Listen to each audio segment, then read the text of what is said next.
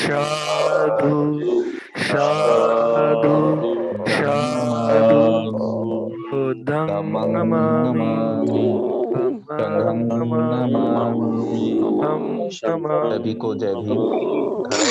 जय भीम। नमो बुद्धाय। सभी सम्मानित साथियों को आज के कार्यक्रम की अध्यक्षता कर रहे माननीय भारती साहब से मेरा अनुरोध है, अध्यक्ष जी उद्बोधन रखें। माननीय भारती साहब। सभी संत गुरुओं के चरणों में नमन करते हुए आज के हमारे बुद्ध और उनका धम्मवाचक सम्मानित स्तंभक जीवी आजाद बौद्ध जी, कार्यक्रम का संचालन कर रहे राष्ट्रीय बौद्ध महासभा के कार्यकारी अध्यक्ष सम्मानित मास्टर बादल सिंह बौद्ध जी और इस बुद्ध और उनका धम्मवाचन में जुड़े हुए सभी साथियों को मेरा सादर जय भीम। नमो बुद्धाय। साथियों, जैसा कि बुद्ध और उनका धम्म वाचन का कार्यक्रम दोबारा से राष्ट्रीय बौद्ध महासभा द्वारा शुरू किया गया है, उसका सिर्फ एक ही मतलब है कि बाबा साहब डॉक्टर अंबेडकर जी ने हमें अपने जीवन के अंतिम समय में बुद्ध और उनका धम्म ग्रंथ देकर पूरे भारतवर्ष पर उन्होंने बहुत बड़ा उपकार किया है। लेकिन अभी तक हम बुद्ध और उनके धम्म में जो जानकारी, जो ज्ञान बाबा साहब डॉक्टर अंबेडकर ने दिया है, वो भारत के प्रत्येक व्यक्ति तक पहुंचे। इस उद्देश्य की पूर्ति के लिए ये राष्ट्रीय बौद्ध महासभा का प्रत्येक बुधवार को सुबह 7 बजे से बुद्ध और उनका धम्म वाचन कार्यक्रम होता है। तो मैं साधुवाद करना चाहता हूं उनके लिए, बहुत आभार व्यक्त करना चाहता हूं उनके लिए, जो अपना मूल्य समय निकालकर इस पुण्य कार्य में जुड़ते हैं और धम्म लाभ लेते हैं। तो मैं आगे की कार्रवाई के लिए अपने संचालक, राष्ट्रीय कार्यकारिणी के राष्ट्रीय कार्यकारी अध्यक्ष माननीय बादल सिंह बौद्ध जी से अनुरोध करना चाहता हूं कि आगे के कार्यक्रम का शुभारंभ कराएं और सभी को पुनः एक बार फिर बहुत बहुत धन्यवाद। शाद शाद शाद। बहुत बहुत साधुवाद माननीय साहब। अब मैं आज के प्रबोधनकार माननीय आजाद बौद्ध साहब से अनुरोध करता हूं कि प्रबोधन प्रारंभ करें। जी, बहुत बहुत साधुवाद माननीय संचालक महोदय जी। संसार की समस्त मानव जाति को समानता, स्वतंत्रता, बंधुत्व एवं न्याय की शिक्षा देने वाले महाकारुणिक तथागत गौतम बुद्ध, इस शिक्षा का पूरे संसार में प्रचार प्रसार करने वाले महान सम्राट अशोक, सामाजिक क्रांति के जनक महामानव ज्योतिबा फुले, प्रथम शिक्षिका माता सावित्रीबाई फुले, प्रथम मुस्लिम महिला शिक्षिका फातिमा शेख, आरक्षण के जनक छत्रपति साहू जी महाराज, परम पूज्य बोधिसत्व ज्ञान के प्रतीक बाबा साहब डॉक्टर भीमराव अम्बेडकर, बहुजन नायक माननीय काशीराम साहब एवं बहुजन समाज में जन्मे हुए सभी महामानवों को मैं अभिवादन करता हूं। आज की वेबिनार में उपस्थित सभी मान्यवरों को सादर जय भीम। नमो बुद्धाय। जैसा कि आज का जो धम्मवाचन है, तो अभी हमारे 2 सत्र हो गए हैं और आज हम तीसरी बार ये बुद्ध और उनके धम्म का वाचन करने जा रहे हैं। तो पिछला जो हमने पढ़ा था, तो पिछला हमने इसमें छन्न की वापसी यहां तक हम पढ़ चुके थे। आज जो है हम शोक में डूबा परिवार, यहां से हम पढ़ेंगे। माननीय बादल बोस साहब, मेरी आवाज आ रही है? जी। तो मुझे ही करना है क्या पूरा वचन? हाँ। अच्छा। नहीं, जुड़ेंगी दूसरी मैडम भी, आप बोले। अच्छा अच्छा, ठीक ठीक, ओके। ठीक। तो शोक में डूबा परिवार। सुद्धोधन के परिवार के लोग बहुत उत्सुकता से इस आशा में प्रतीक्षा कर रहे थे कि संभव है छन्न सिद्धार्थ को समझा बुझाकर वापस लाने में सफल हो जाए। राजकीय अस्तबल में प्रवेश करते ही कंथक बड़े जोर से हिनहिनाया। इस प्रकार उसने महल के लोगों को अपना दुख बता दिया। जो लोग राजमहल के भीतरी भाग के पड़ोस में थे, उन्होंने सोचा क्योंकि कंथक हिनहिना रहा है इसलिए राजकुमार वापस आ गए होंगे। और वे स्त्रियां जो दुख के मारे होश आवास बुलाए बैठी थी, प्रसन्नता के मारे राजकुमार को देखने की आशा में बड़ी तेजी से महल से बाहर आई, लेकिन उन्हें निराशा हुई क्योंकि कंथक तो बिना राजकुमार के ही आया था। स्वयं का सारा संयम त्याग महाप्रजापति गौतमी चिल्लाई, वह बेहोश हो गई और जोर जोर से रोती हुई कहने लगी, जिनके लंबे लंबे बाहु हैं, जिनकी सींग समान चाल है, जिनकी वृषभ जैसी आंखें हैं, जो स्वर्ण समान सुंदर हैं, जिनका वक्ष स्थल खूब चौड़ा है, जिनका स्वर मेघ गर्जन के समान गंभीर है, क्या ऐसे सूरवीर को किसी आश्रम में रहना चाहिए? ये यथार्थ में महत्वहीन वसुंधरा है, क्योंकि वह सिद्धार्थ उदार आचरण वाले सद्गुणी हमें छोड़कर चले गए हैं। उनके दोनों कोमल पैरों की उंगलियां सुंदर हैं, जिनके गिट्टे नीले कमल की तरह कोमल और आच्छादित हैं, चक्र चिन्ह अंकित हैं, वह वन की पगडंडी की कठोर भूमि पर कैसे चल सकेंगे? वह शरीर जो महल की छत पर बैठने या आराम करने के योग्य हैं, जो मूल्यवान वेशभूषा तथा चंदन आदि के लेप से अलंकृत रहने योग्य हैं, वह मानव काया उन जंगलों में कैसे रहेगी जहां शीत, उष्णता और वर्षा का प्रकोप है? जिन्हें अपने कुल, शील, शौर्य, बल, श्रेष्ठ विद्या, सौंदर्य और तारुण्य का गौरव था, जो हमेशा देने के लिए ही तत्पर थे, लेने के लिए नहीं, वह किस प्रकार दूसरों से भिक्षा मांग सकेंगे? जो स्वच्छ बेदाग सुनहरी सैया पर सोते थे और जिन्हें रात्रि में मधुर वाद्य संगीत से उठाया जाता था, वह मेरे तपस्वी पुत्र अब केवल एक वस्त्र बिछाकर कठोर पृथ्वी पर कैसे सो पाएंगे?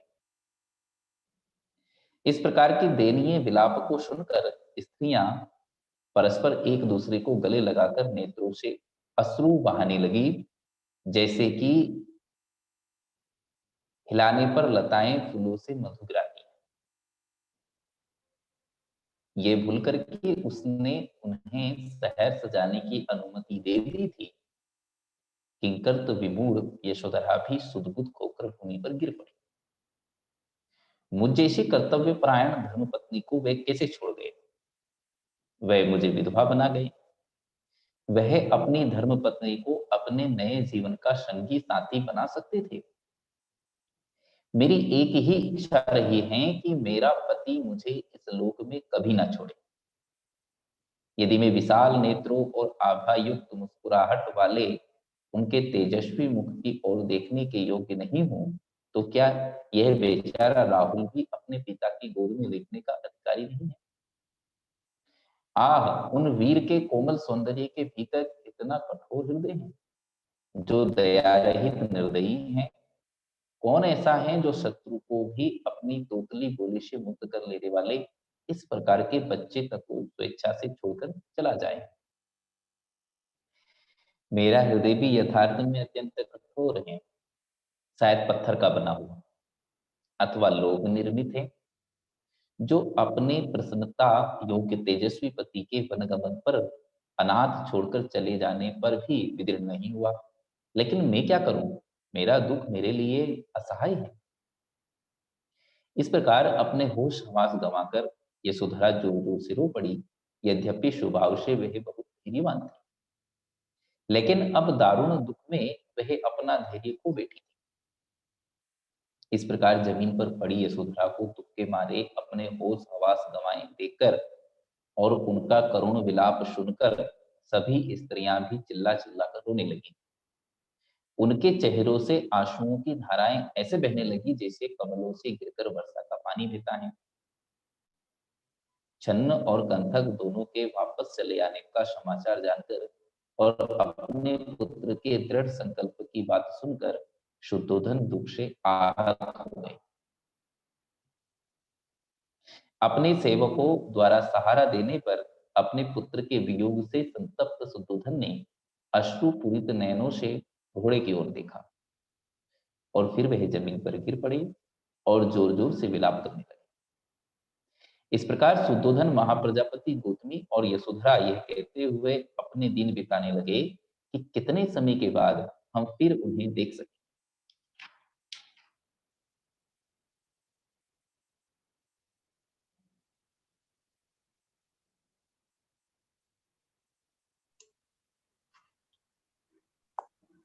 हेलो जी रखें अगला। गाइड करेंगे कहाँ से सर प्लीज? आजाद जी बताओ कौन सा बिंदु है? दूसरा भाग सदा के लिए महाविनिष्क्रमण गृह त्याग कपिल वस्तु से राजगृह की ओर।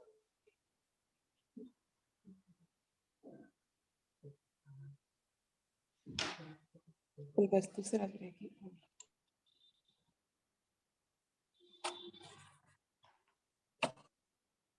आप कंटिन्यू रखिए, मैं नेक्स्ट पढ़ लूंगी। जी जी जी। सदा के लिए महाविनिष्क्रमण गृह त्याग कपिल वस्तु से राजगृह की ओर। तो मैं कंटिन्यू करती हूँ। कपिल वस्तु से निकलकर सिद्धार्थ गौतम ने मगध राज की राजधानी राजगृह जाने का विचार किया। उस समय राजा बिंबिसार का राज्य था। यह एक ऐसा स्थान था जिसे महान दार्शनिक चिंतन आचार्यों ने अपना मुख्यालय बनाया हुआ था। इस विचार से उसने गंगा नदी पार करने में तेज धारा की भी परवाह नहीं की। रास्ते में वह एक ब्राह्मण स्त्री सखी के इस आश्रम पर रुका। इसके बाद पद्मा नाम की एक दूसरी ब्राह्मण स्त्री के आश्रम पर रुका और तब रेवत नाम के ब्राह्मण ऋषि के आश्रम पर रुका। सभी ने उसका आतिथ्य किया।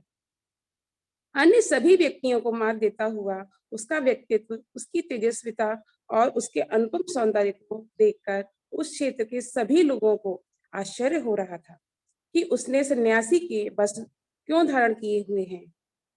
उसे देखकर अन्यत्र जाता हुआ व्यक्ति वहीं खड़ा रह गया जो वहां खड़ा था। वह उसके पीछे हो लिया जो धीरे धीरे और गंभीरता से चल रहा था। वह तेजी से दौड़ने लगा और जो बैठा हुआ था वह तुरंत उठकर खड़ा हो गया। कुछ ने तो उसे हाथ जोड़कर उसका सत्कार किया, कुछ ने सिर झुकाकर पूजा करते हुए उन्हें नमस्कार किया, कुछ ने उन्हें प्रिय वचनों से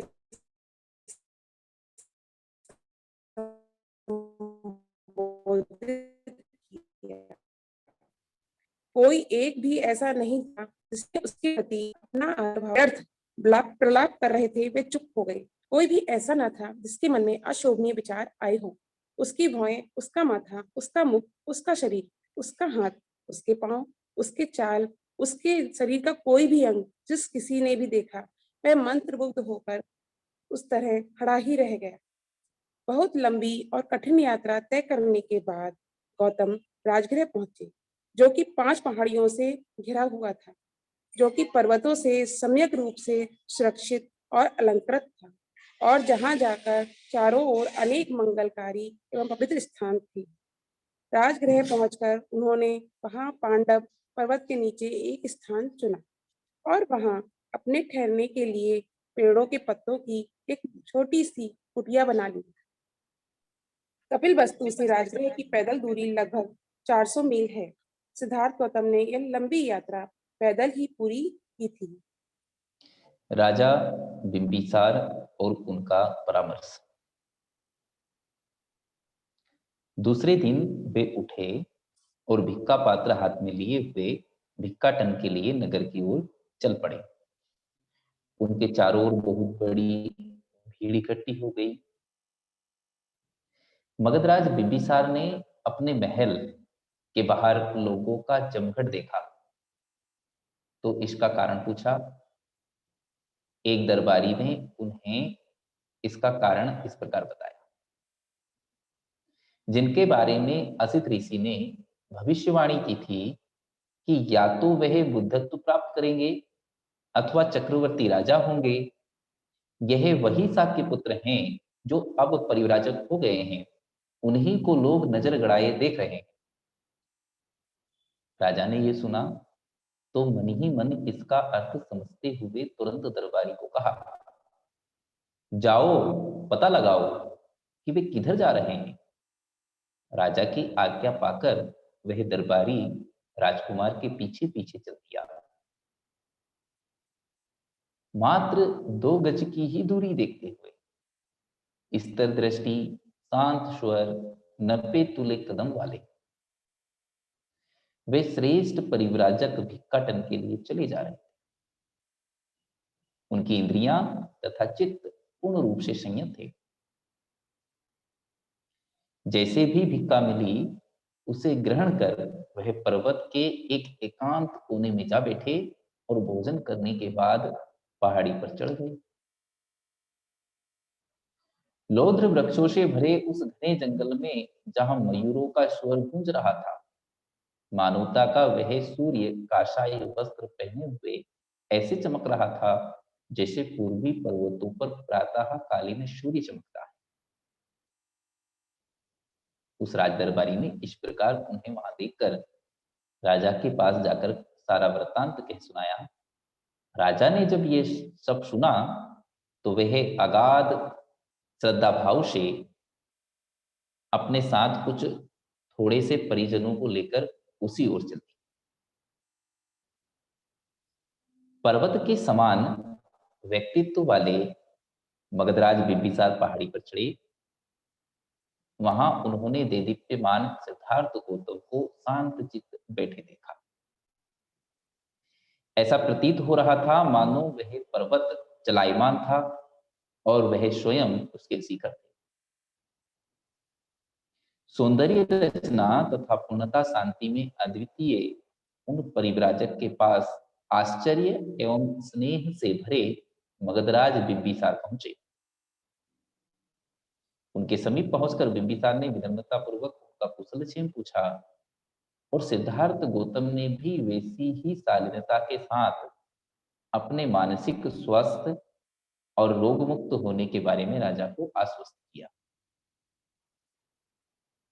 तब मगधराज बिंबिसार एक चट्टान की साफ सतह पर बैठ गए और इस प्रकार बैठे हुए अपना मनोभाव व्यक्त करने के लिए वह यूं बोले, आपके कुल से मेरी प्रगाढ़ मैत्री है जो वंशानुक्रम से चली आ रही है और सही सिद्ध हुई है। इसलिए मेरे पुत्र आपसे कुछ कहने की इच्छा उत्पन्न हुई, अतः मेरे स्नेहपूर्ण शब्द को सुनो।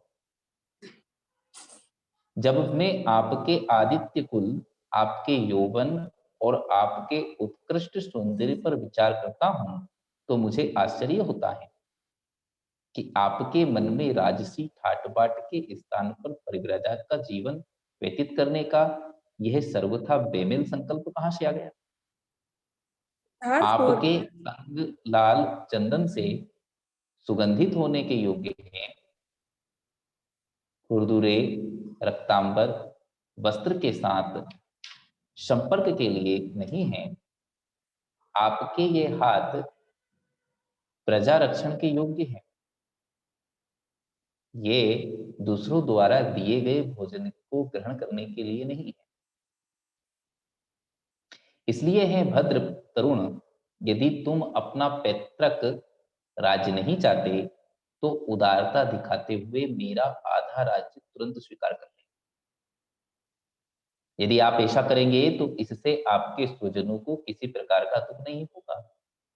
समय बीतने पर अंत में साम्राज्य शक्ति शांत चित्त की ही शरण ग्रहण करती है। इसलिए प्रसन्नता पूर्वक मेरे प्रति सहृदयता दिखाइए। सत्पुरुषों की सहायता से सत्पुरुषों की समृद्धि बहुत शक्ति संपन्न हो जाती है। यदि अपने कुलाभिमान के कारण मेरा कहना अमान्य हो तो अनंत सेनाओं पर धनुष बाण के साथ झपट पड़ो और अपना मित्र समझकर मेरी सहायता से अपने बैरियों पर विजय प्राप्त करो। इसलिए इन विकल्पों में से किसी एक को चुन लो। धार्मिक श्रेष्ठ कार्य, धन दौलत तथा सुख के नियमानुसार कार्य करो। प्रेम तथा आराम का विपरीत क्रम में पालन करो। धर्म, अर्थ, काम ही जीवन के 3 उद्देश्य हैं। जब मनुष्य मरता है तो जहां तक इस संसार का संबंध है सभी कुछ निरोध को प्राप्त हो जाता है।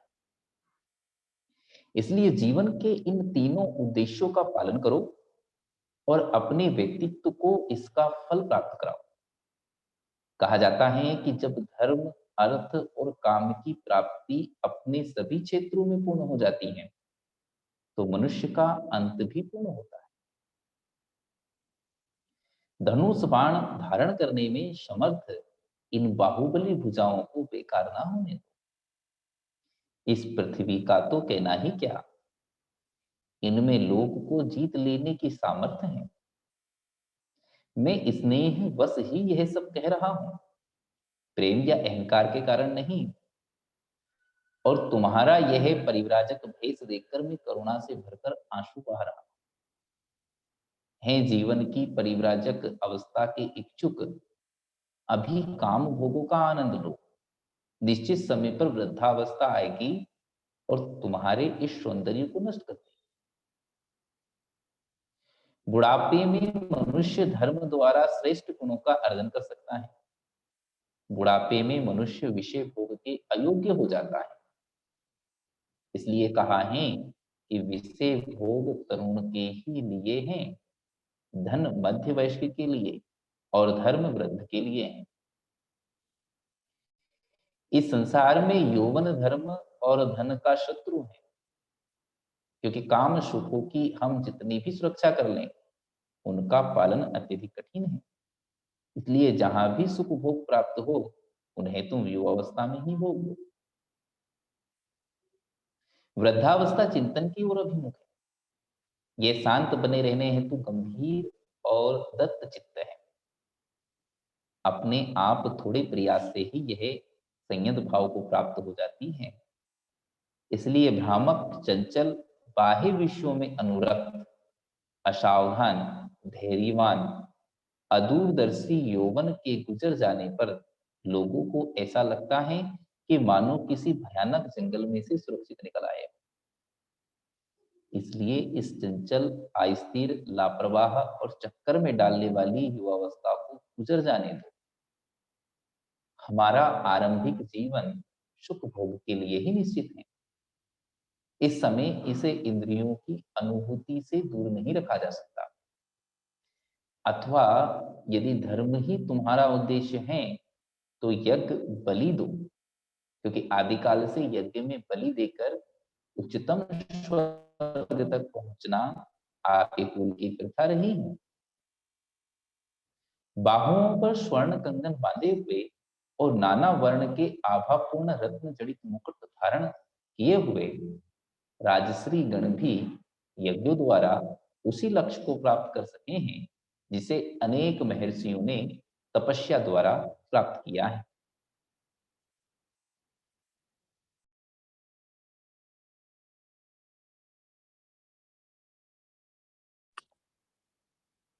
गौतम का उत्तर। गृह त्याग का निर्णय पर्वत की तरह अडिग। मगध के राजा ने अस्पष्टता और दृढ़ता के साथ इंद्र के समान ऐसा कहा, किंतु यह सुनकर भी कुछ अपने निश्चय से विचलित नहीं हुए। वह पर्वत के समान अचल ही थे। मगध राज द्वारा इस तरह संबोधित किए जाने पर गौतम ने स्वयं संयत, स्थिर और मुख पर मैत्रीपूर्ण भाव लिए कुछ इन दृढ़ शब्दों से यह उत्तर दिया। राजन, आपने तो कुछ कहा है, वह जो कुछ कहा है वह आपके लिए विचित्र बात नहीं है। आपका जन्म उस महान कुल में हुआ है जिसका राज चिन्ह सिंह है। आप मित्रों के हित चिंतक हैं। आपके लिए यह स्वाभाविक ही है कि जो आपके मित्र जैसा हो उससे आप उसी प्रकार कहें। दुष्शीलों की कुलागत मैत्री शीघ्र ही नष्ट और धूमिल हो जाती है। सुशील ही हैं जो नए मैत्रीपूर्ण व्यवहार से अपने पुरखों की पुरानी परंपरागत मैत्री में वृद्धि करते रहते हैं, किंतु जो प्रतिकूल परिस्थितियों में भी अपने मित्रों के साथ समान व्यवहार करते हैं, जो मैत्री का त्याग नहीं करते हैं, मैं उनके हृदय से आदर देता हूँ, सच्चा मित्र समझता हूँ। वैभव और समृद्धि की स्थिति में तो कौन मित्र नहीं बना रहता। इसलिए संसार में संपत्ति प्राप्त होने पर जो अपने मित्रों के लिए तथा धर्म के निमित्त उसका उपयोग करते हैं, उन्हीं की संपत्ति सार्थक है। और जब इसका विनाश भी होता है तब भी वह दुखजनक नहीं सिद्ध होती, पीड़ा नहीं होती। हे राजन, आपने जो कुछ भी मेरे बारे में कहा वह आपकी उदारता और मैत्री का ही परिणाम है। मैं भी शिष्टाचार तथा मैत्रीपूर्ण ढंग से ही आपके साथ वार्ता करूंगा। मेरे उत्तर में अन्य और कुछ भी नहीं होगा।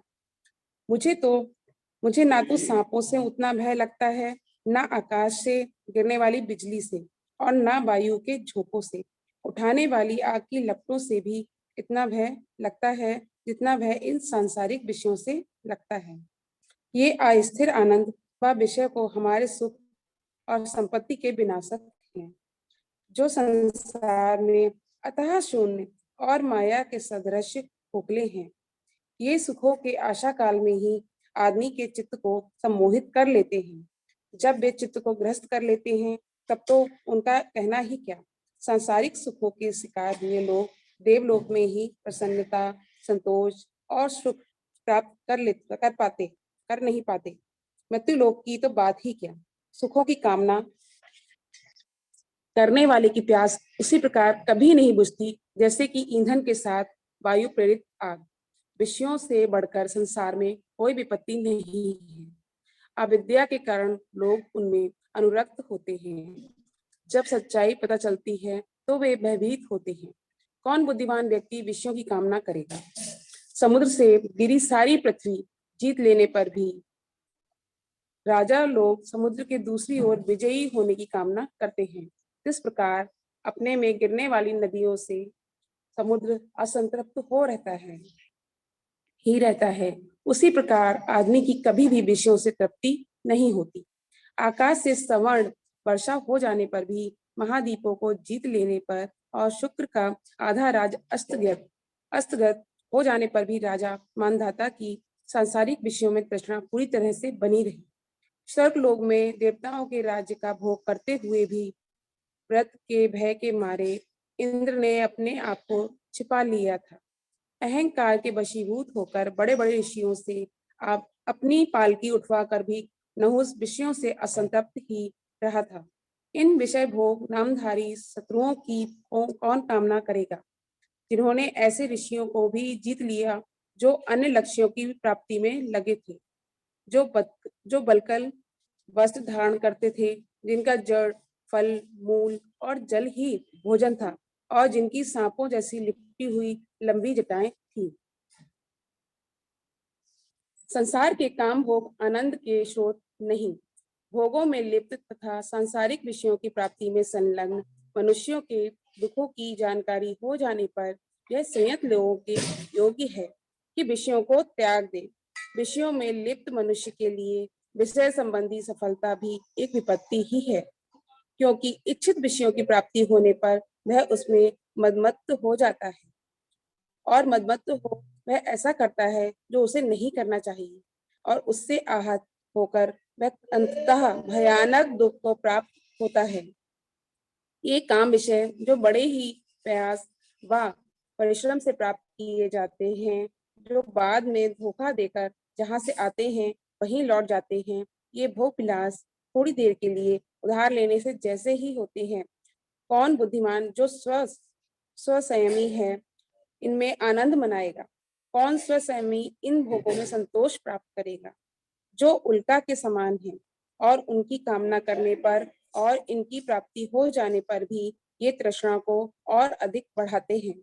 कौन स्वसंयत आदमी इन विषयों में संतोष पा सकता है जो फेंके हुए मांस के समान हैं, जो राजाओं से लेकर सभी के दुख का कारण होते हैं। कौन बुद्धिमान संयत आदमी इन्हें प्राप्त कर संतुष्ट होगा?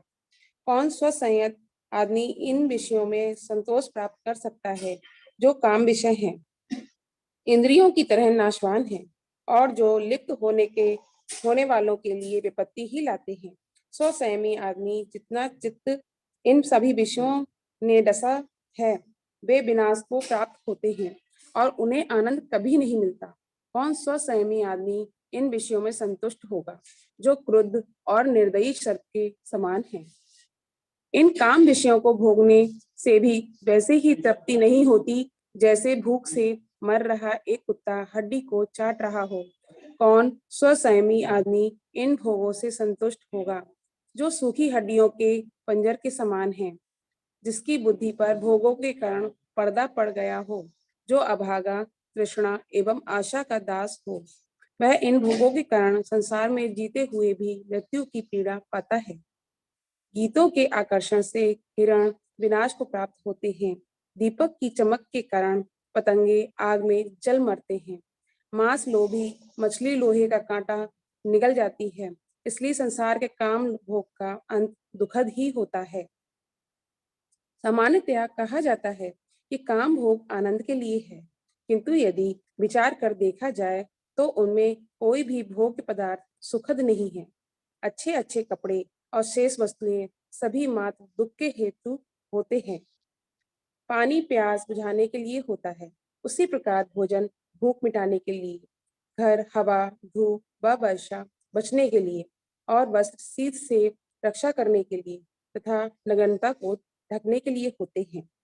इस प्रकार सैया नींद पूरी करने के लिए, वाहन यात्रा की थकावट मिटाने के लिए, आसन खड़े रहने की थकावट दूर करने के लिए, इसी प्रकार स्नान शरीर शुद्धि और स्वास्थ्य का साधन है। जितने भी बाह्य पदार्थ हैं वे केवल आदमियों के दुख हरण के ही साधन मात्र हैं, वे आनंद के स्रोत नहीं हैं। भला कौन बुद्धिमान आदमी इन दुखों को दूर करने के लिए साधनों को भोग्य वस्तुएं मानकर भोगेगा?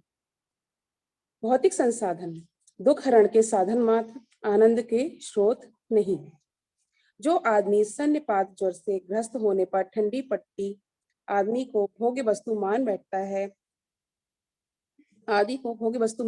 है, जबकि वे केवल पीड़ा को दूर करने के लिए उपाय हैं, ऐसा ही आदमी इन काम विषयों को आनंद का नाम दे सकता है, क्योंकि सभी काम विषय अनित्य हैं। इसलिए मैं उन्हें भोग्य विषय का नाम नहीं दे सकता। जो परिस्थितियां आनंद लाती हैं वही बाद में पीड़ा बन जाती हैं। गर्म वस्त्र और सुगंधित लकड़ी शीत ऋतु में सुखदायी होते हैं, किंतु ग्रीष्म ऋतु में वही अप्रिय बन जाते हैं। चंद्रमा की किरणें और चंदन का लेप गर्मी में सुखदायी होता है, किंतु वही सर्दी में पीड़ादायी बन जाती है। परस्पर दो विपरीत वस्तुएं जैसे लाभ हानि, यश अपयश, यदि सभी अलग ना होने वाले जोड़े संसार में प्रत्येक के साथ जुड़े हैं, इसलिए कोई भी आदमी धरती पर निरंतर ना तो सुखी रह सकता है और ना ही सदा दुखी रह सकता है। जब मैं इन सुख दुख के समान स्वभाव के मिश्रण को देखता हूँ तो मैं राज और दास्ता जो समान ही समझता हूँ, क्योंकि ना तो राजा ही सदा मुस्कुराता रहता है और ना ही दास ही सदा पीड़ा में रहता है। क्योंकि राजा के सिर पर बड़ी जिम्मेदारी होती है, इसलिए राजा की व्यथा भी अधिक होती है। राजा तो कपड़े टांगने की खूंटी के समान होता है, वह संसार में दूसरों के लिए कष्ट सहन करता है। जो राजा अपने राज्य पर अत्यधिक भरोसा करता है वह अभागा ही है, क्योंकि वह राज्य उसे एक ना एक दिन त्याग देने वाला और धोखा देने वाला है। दूसरी ओर यदि राजा उस पर भरोसा नहीं करता तब ऐसे भीरू राजा को क्या खुशी हो सकती है। और क्योंकि सारी पृथ्वी पर राज्य जीत लेने वाले राजा भी एक ही नगर में और उसमें ही केवल एक ही घर में रह सकता है, तो क्या राज्य केवल दूसरों के ही लिए किया गया श्रम मात्र नहीं है? और राज्य में ही राजा को भी एक जोड़ा कपड़ा और भूख मिटाने के लिए थोड़े अपेक्षित भोजन की आवश्यकता होती है। इसी प्रकार एक सैया, एक आसन, एक ही उसकी आवश्यकता होती है। शेष विशिष्टताएं केवल मिथ्या अभिमान अर्थात मद के लिए ही हैं। और यदि संतोष के लिए इन सब वस्तुओं की आवश्यकता है तो मैं बिना राज्य के ही संतुष्ट हूँ। एक बार यदि आदमी इस संसार में संतुष्ट हो जाए तो क्या सारी विशिष्टताएं अनावश्यक या बेकार नहीं है? जिसने आनंद की ओर ले जाने वाला मंगलकारी पथ पा लिया है वह सांसारिक भोगों के धोखे में नहीं आ सकता। आपकी इस उदार मित्रता को देखकर मैं पूछता हूँ कि आप पुनः बताएं कि क्या इन भोगों में कोई सार है? मैंने रोष में आकर गृह त्याग नहीं किया है और ना ही इसलिए कि शत्रु के बाण ने मेरे मुकुट को गिरा दिया है और ना ही मेरी कोई महत्वाकांक्षा ही है। इसलिए मैं आपके प्रस्ताव को अस्वीकार करता हूँ। जो कोई भी क्रुद्ध विषैले सर्प अथवा तेज जलती हुई अग्नि की लपटों से एक बार बचने के बाद फिर उसी में पड़ने की इच्छा करता है, उसी प्रकार एक बार काम विषयों को त्यागने के पश्चात उनको फिर से भोगने की कौन इच्छा करेगा? जो भली प्रकार देखता हुआ भी किसी अंधे से ईर्ष्या करे, जो मुक्त होता हुआ भी किसी बंधे हुए से ईर्ष्या करे, जो धनी होकर भी किसी दरिद्र से ईर्ष्या करे, जो स्वस्थ होकर भी किसी पागल से ईर्ष्या करे, मैं कहता हूँ कि केवल ऐसा ही कोई किसी विषयासक्त से ईर्ष्या करेगा। हे मेरे अच्छे मित्र, जो भिक्खाजीवी हैं वह दया का पात्र नहीं है। जिसे इस लोक में परम सुख प्राप्त है, परम शांति प्राप्त है, उसके आगे के लिए भी उसके सब दुख समाप्त हो चुके हैं। किंतु दया तो उस पर की जानी चाहिए जो धन राशि के होते हुए भी तृष्णा के वशीभूत हैं, जिसे इस लोक में शांति सुख प्राप्त नहीं है और इसके बाद भी दुख अनुभव करता है। जो कुछ आपने मुझसे कहा है वह आपके आचरण, आपकी जीवनचर्या और आपके कुल के अनुरूप है और अपने निश्चय पर दृढ़ रहना मेरे आचरण, मेरी दिनचर्या, जीवनचर्या और मेरे कुल के अनुरूप है। सिद्धार्थ गौतम का उत्तर समाप्त। मैं संसार के कलहों से आहत हुआ हूं। मैं शांति पाने की इच्छा से गृह त्याग कर आया हूं। धरती के दुख से बचने के लिए मैं लोक का राज्य भी नहीं चाहूंगा। है राजन, जैसा कि आपने कहा है कि धर्म, अर्थ और काम ही मनुष्य के 3 उत्कृष्ट लक्ष्य हैं और आपका यह भी कहना है कि मैं जिसकी खोज कर रहा हूं वह दुख है, तो आपके तीनों लक्ष्य भी नाशवान और असंतोष कारक है। और जो आपका ये कहना है कि वृद्धावस्था आने तक प्रतीक्षा करो क्योंकि तरुणाई अनित्य है, तो आपका ये कथन ही सुनिश्चित नहीं है क्योंकि तरुणाई भी स्थिर हो सकती है और वृद्धावस्था अनिश्चित। लेकिन जब मृत्यु बिना आयु को देखे किसी को भी अपने वश में कर सकती है, तो कोई भी शांति का इच्छुक बुद्धिमान मनुष्य किस प्रकार वृद्धावस्था की प्रतीक्षा कर सकता है? जबकि वह यह जानता ही नहीं कि मृत्यु किस घड़ी आ पहुंचे। जब मृत्यु वृद्धावस्था रूपी शस्त्र हाथ में लिए एक शिकारी की तरह तैयार खड़ी है और रोग रूपी बाण प्राणियों पर प्रहार कर रहे हैं, जो मृत्यु रूपी जंगल में हिरणों की तरह भागे जा रहे हैं, तब कौन दीर्घायु होने की कामना कर सकता है? तरुण पुत्र या वृद्ध या बालक, हर किसी के लिए यही योग्य है कि वह तत्परता से उस धार्मिक व्यक्ति के पद को चुन ले जिसका चित्त करुणा से भरा है। और आपका जो यह कहना है कि मैं धर्म के लिए बलि यज्ञ करने में अप्रमादी बनूं क्योंकि वे मेरे कुल के अनुकूल हैं और यशकर फलदायी हैं, तो मैं ऐसे बलि यज्ञ के फल को नहीं चाहता जो दूसरों को पीड़ा पहुंचाने के लिए किए जाते हैं। किसी भावी फल के लिए एक निरीह प्राणी की हत्या करना किसी भी दयावान सुहृदय मनुष्य के योग्य नहीं है, चाहे फिर उस बलि यज्ञ का फल अनंत ही क्यों ना हो। और यदि सच्चा धर्म, सदाचरण, स्वयं संयम, नैतिक आचरण और कामनाओं का अभाव आदि नियमों पर आधारित नहीं है, तो भी बलि यज्ञ के नियम को मानना ठीक नहीं, जिसमें उत्कृष्ट फल केवल पशुओं की हत्या द्वारा ही प्राप्त किया जा सकता है। दूसरों को दुख देकर इस संसार में मनुष्य को भले ही सुख प्राप्त हो, तो भी वह एक बुद्धिमान पुरुष के लिए निंदनीय है। मैं भावी जीवन के फल के प्रलोभन में ऐसे कर्म को नहीं कर सकता। हे राजन, मेरा मन भावी जीवन के सुख के लिए प्रसन्न नहीं होता, क्योंकि ऐसे कर्मों की दशा बादलों से गिरी वर्षा से प्रताड़ित पौधों की तरह अनिश्चित और डामाडोल है।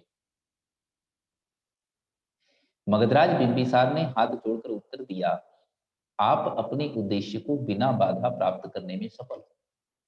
जब आपको वह सब प्राप्त हो जाए जिसकी खोज में आप हैं, तो आप मुझ पर कृपा करते हुए यहाँ अवश्य पधारें। सिद्धार्थ गौतम को फिर अपने राज्य में आने के लिए वचनबद्ध कर अपने दरबारियों सहित मगधराज बिंबिसार लौटकर अपने महल को चले गए। शांति का समाचार। कोलियों व साक्यों के बीच युद्ध न करने का दुखद सुखद समाचार। जब सिद्धार्थ गौतम राजगृह में ठहरे हुए थे, तब वहां दूसरे 5 परिव्राजक भी आए और उन्होंने भी गौतम द्वारा अपने ठहरने के लिए बनाई गई कुटी के पास ही एक कुटी बना ली। उन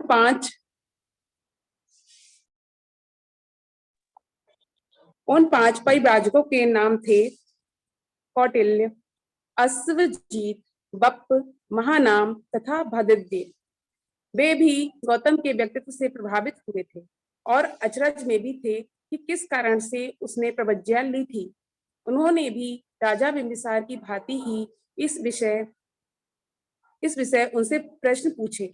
जब उन्होंने उनके सामने यह सारी परिस्थितियां समझाई जिसके कारण वह प्रवर्जित हुए थे, तो उन्होंने कहा, हाँ, हमने यह सुना है, लेकिन क्या तुम जानते हो कि तुम्हारे चले जाने के बाद क्या हुआ? उन्होंने पूछा। सिद्धार्थ ने उत्तर दिया, नहीं।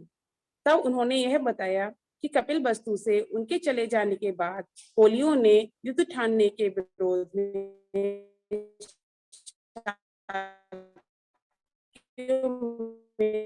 बहुत बड़ा आंदोलन छिड़ गया और जुलूस निकाले।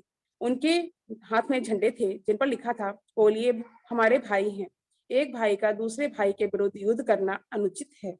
सिद्धार्थ गौतम के देश निकाले आदि पर विचार करो।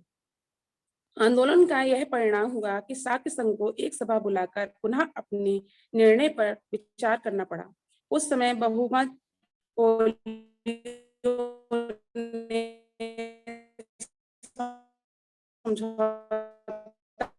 कर लेने के पक्ष में हो गया।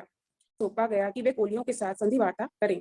जब कोलियों को इसका पता चला तो वे बहुत प्रसन्न हुए। उन्होंने भी अपने 5 कोलियों को चुना ताकि वे शाक्यों के दूतों के साथ संधि वार्ता चलाएं। दोनों ओर के दूत आपस में मिले और तय किया कि मध्यवस्था के लिए एक स्थायी परिषद की नियुक्ति की जाए, जिसे अधिकार हो कि रोहिणी के जल के बंटवारे से संबंधित हर विवाद पर निर्णय ले और परिषद का निर्णय दोनों पक्षों को मान्य हो। इस प्रकार युद्ध का खतरा शांति में परिणत हो गया। जो कुछ कपिलवस्तु में हुआ था उसे गौतम को बताने के बाद परिव्राजकों ने कहा, अब तुम्हारे लिए परिव्राजक बनने की कोई आवश्यकता नहीं है। अब तुम क्यों नहीं घर लौट चलते और परिवार के साथ रहते? सिद्धार्थ ने उत्तर दिया, इस शुभ समाचार से मुझे प्रसन्नता हुई। यह मेरे लिए विजय है, लेकिन मैं वापस घर नहीं जाऊंगा। मुझे जाना भी नहीं चाहिए, क्योंकि परिव्राजक ही बने रहना चाहिए। गौतम ने उन 5 परिव्राजकों से पूछा, तुम्हारा क्या कार्यक्रम है? उन्होंने उत्तर दिया, हमने तपस्या करने का निश्चय किया है, तुम भी हमारे साथ क्यों नहीं शामिल हो जाते? सिद्धार्थ ने कहा, एक एक करके पहले मुझे दूसरे पथों की जानकारी प्राप्त करनी चाहिए। तब 5 परिव्राजक वहां से चले गए। समस्या की नई पृष्ठभूमि। कोलियों और शाक्यों के बीच शांति स्थापित हो जाने का समाचार 5 परिव्राजकों से प्राप्त होने पर सिद्धार्थ गौतम को बहुत बेचैनी हुई। अकेले में वह गंभीरता से अपनी स्थिति पर सोचने लगे कि क्या अभी परिव्राजक बने रहने का उनके लिए कोई औचित्य रह गया है। उन्होंने अपने आप से प्रश्न किया कि वे किस लिए अपने बंधु बांधवों को छोड़कर चले आए। उन्होंने इसलिए त्याग किया था क्योंकि वह युद्ध के विरोधी थे। अब जबकि युद्ध समाप्त हो गया है, तब भी क्या मेरे लिए कोई समस्या शेष रह गई है? क्या युद्ध की समाप्ति के साथ मेरी समस्या भी समाप्त हो गई है? गहराई से चिंतन करने पर उन्होंने सोचा कि नहीं, युद्ध की समस्या अनिवार्य तौर पर झगड़े की समस्या है। ये एक बड़ी समस्या का एक अंग मात्र है। ये झगड़ा न केवल राजाओं और राष्ट्रों के बीच ही चल रहा है, बल्कि कुलीनों और ब्राह्मणों के बीच, गृहस्थों के बीच, माँ और पुत्र के बीच, पिता और पुत्र के बीच, भाई और बहन के बीच, और साथी साथी के बीच जारी। राष्ट्रों के बीच संघर्ष तो कभी कभी होता है, लेकिन वर्गों के बीच तो यह संघर्ष लगातार चलता ही रहता है। संसार में सभी दुखों और कष्टों का मूल कारण यही है।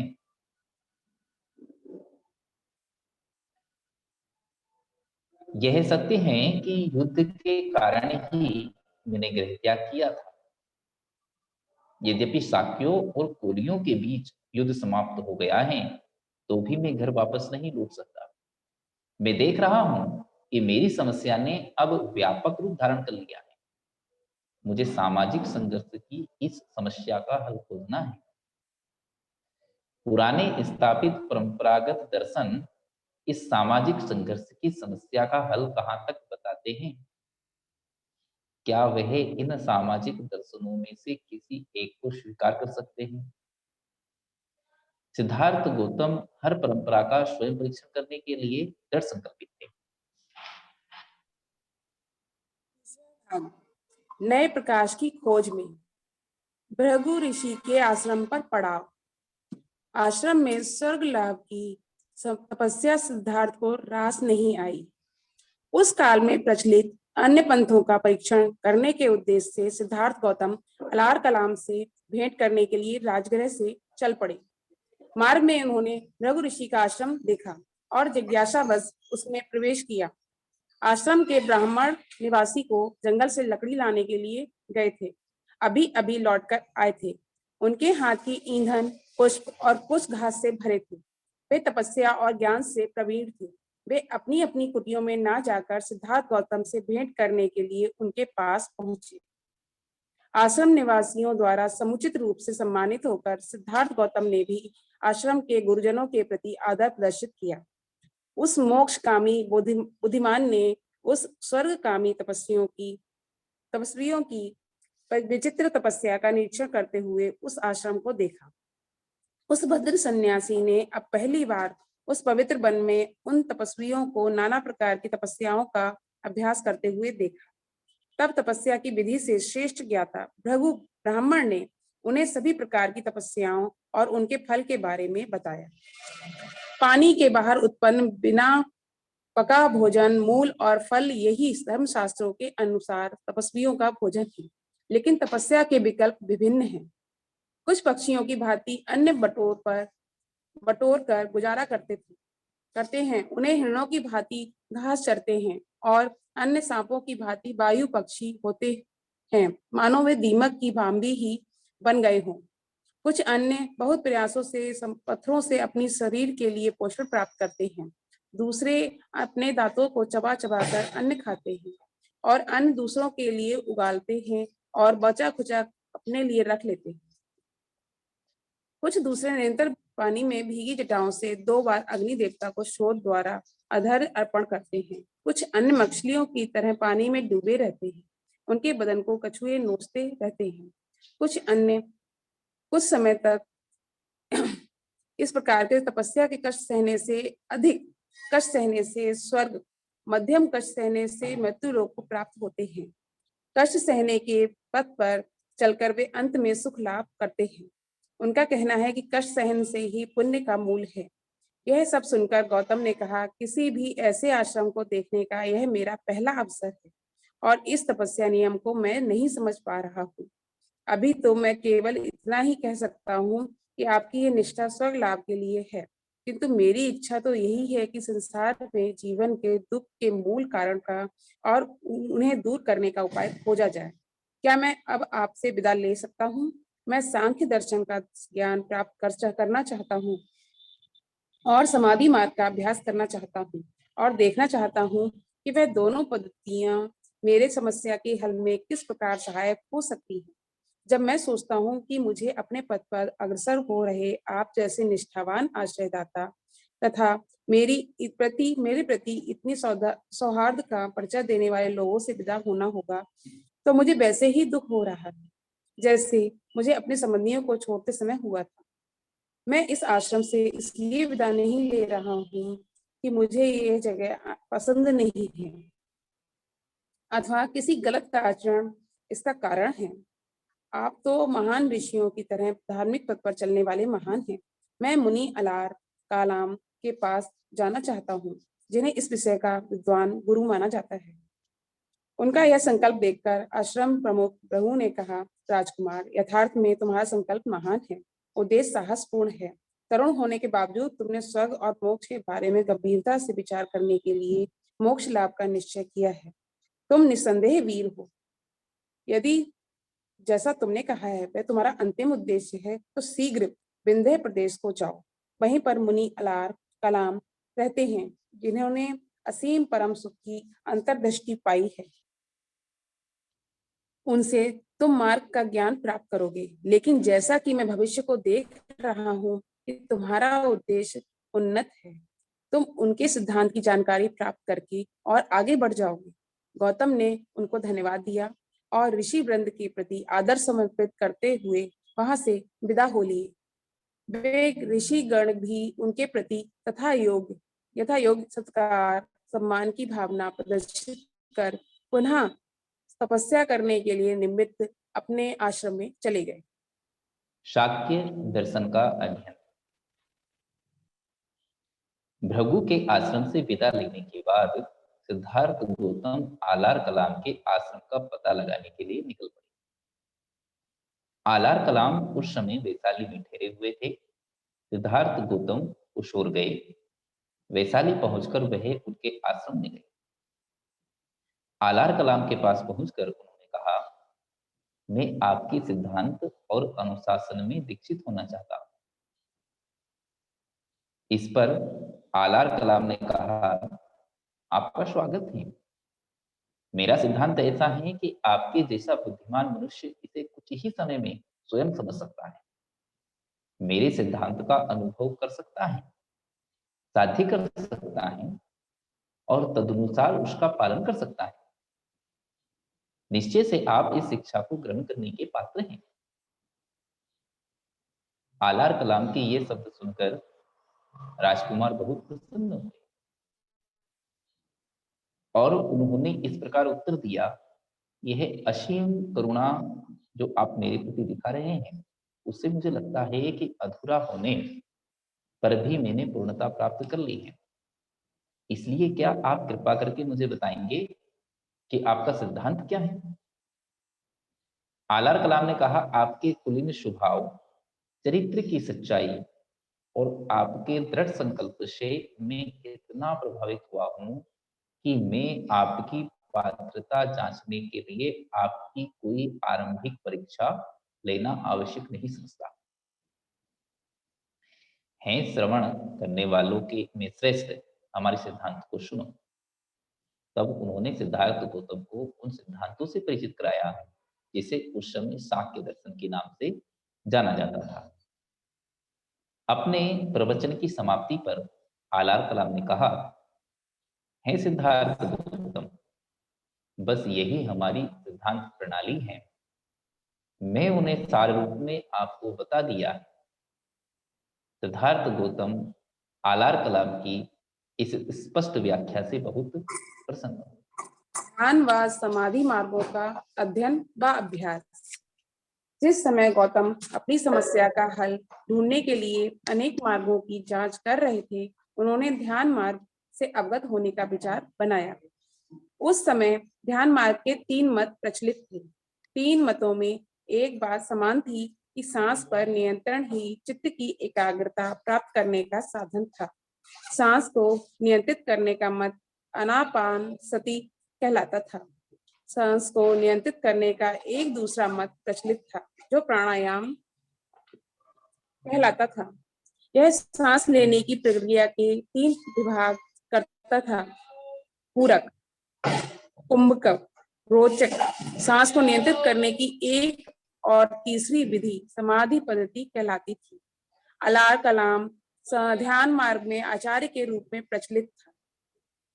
गौतम को लगा यह अच्छा होगा कि यदि वह अलार कलाम की देखरेख में ध्यान मार्ग का कुछ अभ्यास कर ले।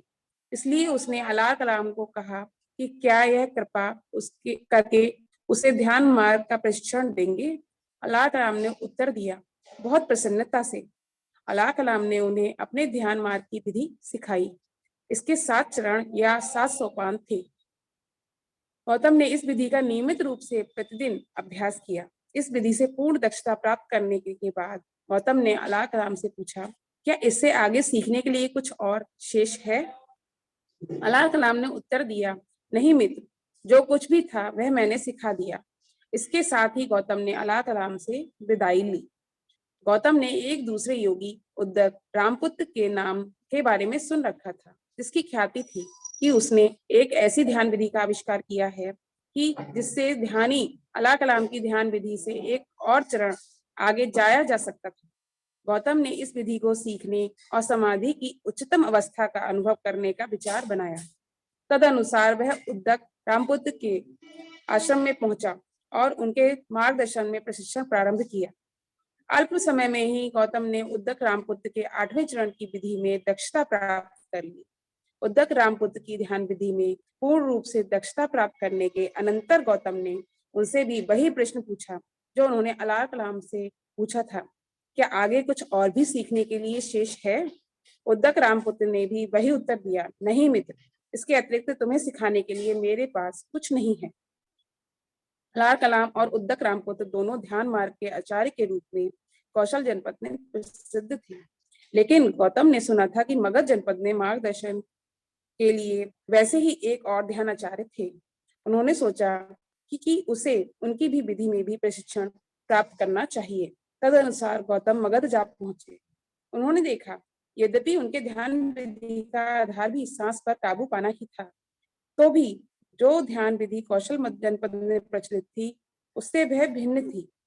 इस ध्यान विधि में सांस लेना नहीं था, अपितु चित्त की एकाग्रता प्राप्त करने के लिए सांस को रोकना था। गौतम ने यह विधि भी सीख ली। जब उन्होंने सांस को रोककर चित्त को एकाग्र करने का प्रयास किया, तो उन्हें लगा कि उनके कानों में बहुत तीव्र भेदक आवाज आती है और उसे ऐसा लगता था मानो उनके सिर में कोई तेज नुकीला चाकू भेदा जा रहा हो। यह बहुत ही कष्टदायक प्रक्रिया थी, लेकिन गौतम उसमें भी दक्षता प्राप्त करने में सफल रहे। इस प्रकार समाधि मार्ग में अभ्यास कर उन्होंने ऐसा प्रशिक्षण लिया।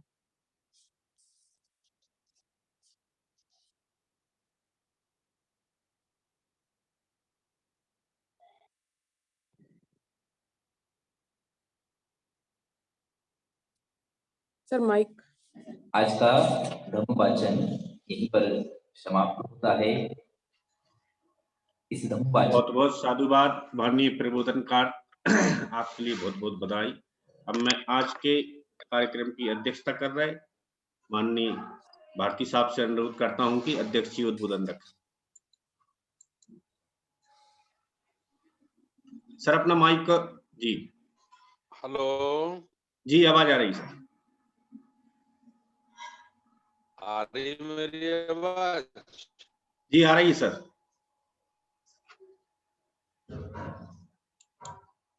पुनः सभी संत गुरुओं का नमन करते हुए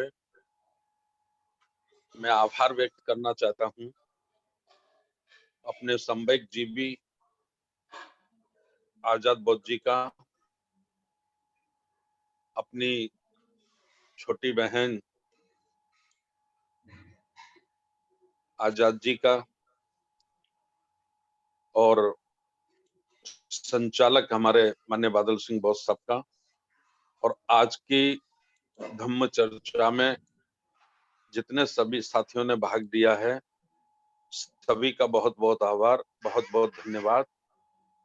और ये निवेदन के साथ कि थोड़ा और साथियों में भी प्रचार करें, दूसरे साथियों को भी जूम पर आयोजित होने वाले कार्यक्रमों के लिए प्रेरित करें, उन्हें जोड़ें, जिससे ये पवित्र जीवन जीने का मार्ग बाबा साहब डॉक्टर अंबेडकर जी ने हमको दिया और इसको ज्यादा से ज्यादा लोगों तक पहुंचाया जा सके। कोशिश करें सभी साथी, एक एक साथी दो साथियों को तैयार करें। और अब हम लोग मिले 9 तारीख रविवार को 9 बजे और मंगल गाथा के साथ आज के ये धम्म वाचन कार्यक्रम की समाप्ति के लिए मैं माननीय बादल सिंह बौद्ध जी से अनुरोध करता हूं कि वो मंगल गाथा के साथ आज के कार्यक्रम का समापन करें। सभी का पुनः एक बार आभार, धन्यवाद, साधुवाद, नमो बुद्धाय, जय हिंद। बहुत बहुत साधुवाद माननीय साहब। सभी साथियों को मैं माइक ओपन करने की अनुमति देता हूं। सभी साथी अपना माइक ओपन कर सकते हैं और आजाद बोस साहब सभ्य सत्याग्रह।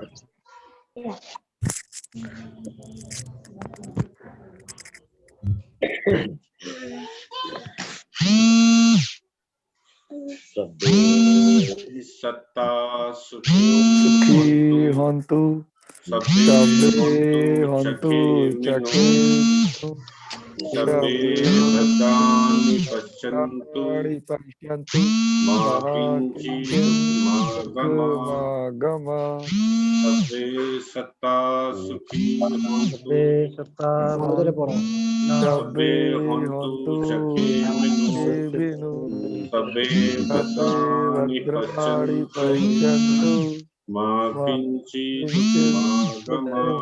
गम सभ्ये सत्ता सुखी हन्तु सभ्ये हन्तु चकेबिनु सभ्ये भद्राणि पश्यन्तु मा किञ्चित्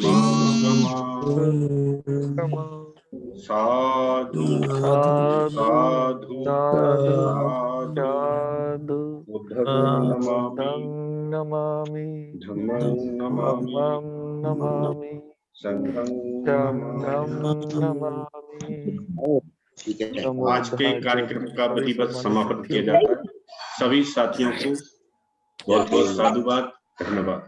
जय भीम, नमो बुद्धाय। जय भीम नमो बुद्धाय। जय भीम नमो बुद्धाय सर।